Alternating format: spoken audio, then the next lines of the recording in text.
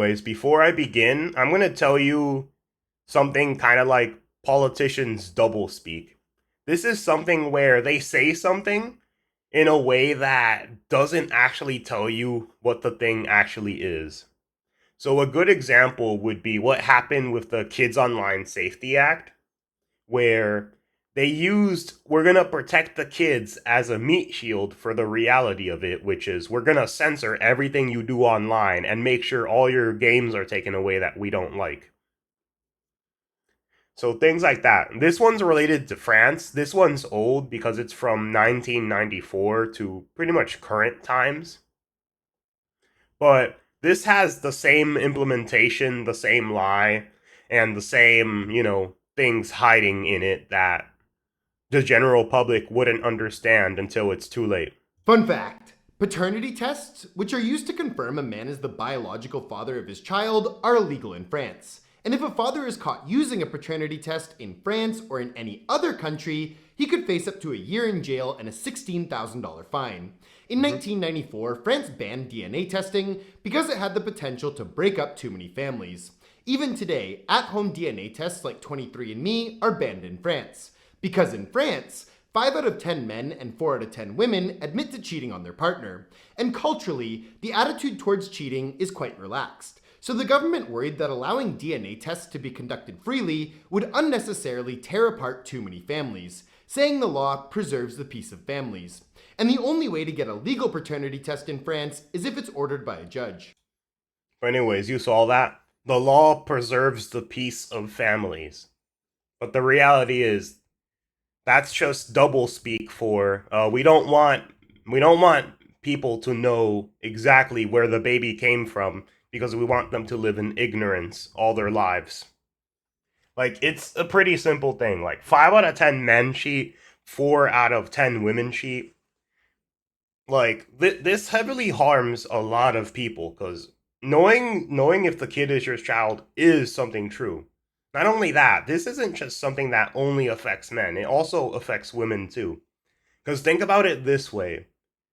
If you suspect your husband of cheating with another woman, but are unable to have a paternity test, how would you know? And if you're a man and you never cheated on your wife, and you think your wife cheated on you, how would you know? The reality is, if you're a man and you got that test, and you found out your wife cheated on you, you just leave her. That's the reality. That's why they say they don't want to break families apart. But if you're a woman who suspects her husband cheated on her, let's say he's been a little too close with another woman who has a baby for some reason. If you're able to basically hold him legally viable and test him and that baby and find out that, yep, it's true, he had a baby with whoever woman that was, you can leave him too. It's the simple reality, which is you gotta treat adults like adults. But this is double speak, where it's there to protect families. But the reality is, it's never was to protect families. It was just to make sure people's asses are saved in order for, their cheating not to be found out. But yeah, this is another example of double speak. And what happened a few days ago is very similar to that. Double speak, protect the kids, take away every 18 plus game.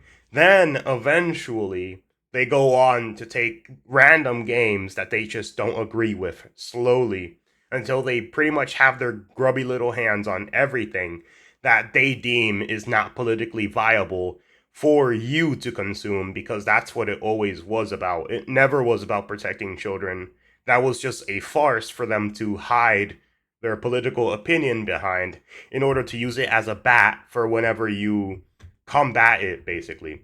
It's basically, oh, so you don't want to protect children when you don't want to implement this law. But yeah, this is another case of that doublespeak.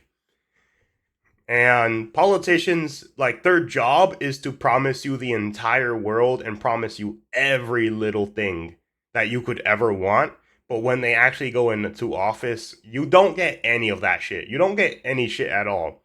Because if they were realistic with you, treated you like an adult, and actually told you what would happen, most likely they would not be voted into office because the other guy instead could say, oh, we're gonna make sure everyone has $1 million. Oh, we're gonna make it so that everyone has a house, everyone has everything. Instead of a guy being realistic and just saying, look, we don't have enough houses built. Too many people are overcharging their houses because a couple rich people live in your neighborhood. So they're not going to bother lowering the price for you because they want to attract rich people instead of you and kick you out of your own housing. But yeah, absolute trash. And let me show you this real quick. But yeah, what he said about leaving to another country, yeah, that is true. Like, even though the chances of prosecution are low, that's mainly because when you do something in another country, it is really hard to really, get that information without, France and whatever other country together working together. But just because it's low doesn't mean it's impossible. It would still happen if one guy decided to do it, which negatively, in fact, negative. You know exactly what I'm trying to say. I don't know why I keep screwing up that word, but impacts them badly. But yeah, stuff like this is the truth, which is why a lot of things kind of like socialism sound so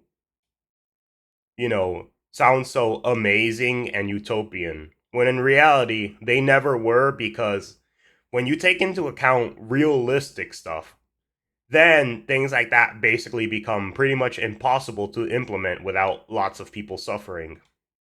But yeah, this is why I really like economists, because economists actually accept things like shortages, they accept things like the potential for this amount to really be grown in this many years is highly unlikely. Like, they'll use terms that, don't sound great, but are completely realistic because that's what economists do. They basically tell you what money can and can't do in some cases, and it doesn't sound pretty. It doesn't sound preachy. It doesn't make you feel like, oh, the world's a nice place and we're all gonna be fine. It's telling you this is the reality, this is the effect of that reality, and you just have to understand that this is most likely the outcome. But yeah, that's pretty much all. So goodbye. Almost forgot before I go. I just wanted to say, damn, I don't know why. I've been getting like at minimum one subscriber a day the last probably 5 or 6 days. That's highly unusual for my channel. I never grew that fast before. But I guess it seems that I'm going up. But yeah, this is actually really nice. So thank you guys for that. But I'm not really the type to say subscribe at the end of every video because I always found that pretty cringy. Thank you guys for everything because, like, it truly is, like, showing that I am growing and people do care. And so, yeah, thank you guys, and I'll keep making videos. But seriously, though, it's kind of funny that in, I think, around 8 months, I was able to produce, I think it was at this rate, probably like 10 times more videos than I did in the first 8 years of my entire lifetime of my YouTube channel. Like, those first 8 years of videos, like, I still look back on them and cringe.